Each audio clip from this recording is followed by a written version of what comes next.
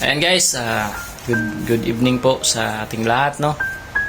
At meron na po kaming mahalagang bagay na sasabihin ngayon dahil pati rin po kami ay nalulungkot po kami sa paglisan ng isa sa ating iniidolo na si Idol Naldong Putik ng Team Harabas. So, bakit ko nga pala ginagawang video ito? Disclaimer lamang po sa mga subscribers ng Harabas na full support doon sa kanilang vlog. Hindi po ito dahil gusto namin na tumaas yung aming subscribers o di naman kaya para i-subscribe ninyo kami. Hindi po. Kami po ay nakikiramay dahil isa po sa dahilan kung bakit pinapanood namin ang Team Harabas sa kanilang mga vlog is isa yung nagpapasaya at ang happy feel din namin doon ay si Naldong Putik. So kaya din po kami na-inspired na gumawa din ng vlog namin noon dahil sa nakita namin yung kagandang hatid ng Harabas at nangarap din kami na sana balang araw yung channel namin magiging katulad din sa Harabas.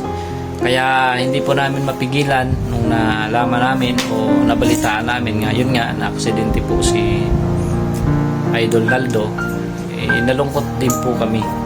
So actually ako po yung laging nanonood dito at itong dalawang nasa likod ko ay nadadamay at hanggang sa yun nagustuhan na rin nila yung vlog ng Harabas. So ito yung si Sir Ted tsaka si Sir Christian.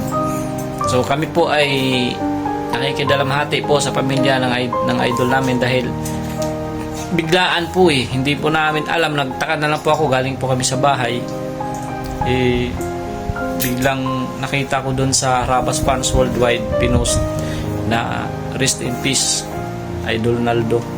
May naglagay po doon. So nabigla po kami. Kaya chinik po agad namin yung YouTube channel o di naman kaya yung page saka yung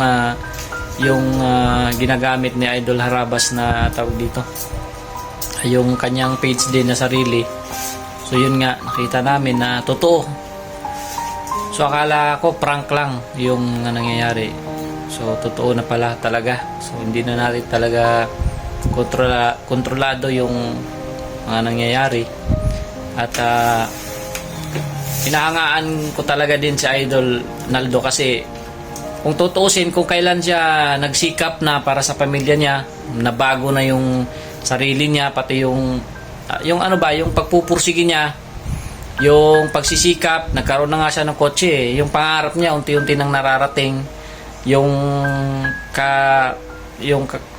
dating magulo na Naldo nagiging maayos na sana na kumbaga yun, basta hindi ko ma-explain kasi kumbaga hanga talaga ako sa isang tao na dating kumbaga tawag doon, sir? Yung dating mga gawain ba niya hindi maayos, yung nagiinom siya, nagdiliwali o gano'n. Parang kung dating kung dating sabihin na lang natin kung term na barumbado, di naman siguro masama yun na kung dating gano'n siya, inayos niya ang buhay niya nung nakilala niya yung pamilya niya at napasama siya sa Harabas. So parang binigyan niya ng magandang meaning yung buhay niya sa pamamagitan ng Harabas at sa pamilya niya. So kung kailan unti-unti nang naaayos ang lahat, pati nakakamit niya na yung pangarap niya at saka naman siya lumisan at nakakalungkot pa, maliit pa yung anak niya. So yun, kaming lahat dito nakikiramay kami sa pagkawala ng idol namin na siya ay Idol Naldong Putik sa pamilya niya at sa Team Harabas.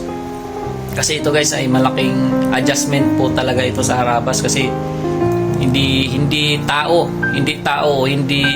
hindi lang kaibigan ang turing ni Sir Jeff dito sa kanya kundi isang kapatid, si Dalaman, lahat sila parang yun ang turingan nila. So yun po ang namin, pinapabot po namin ang pakikiramay in behalf of Barikig Bitoy Journey TV.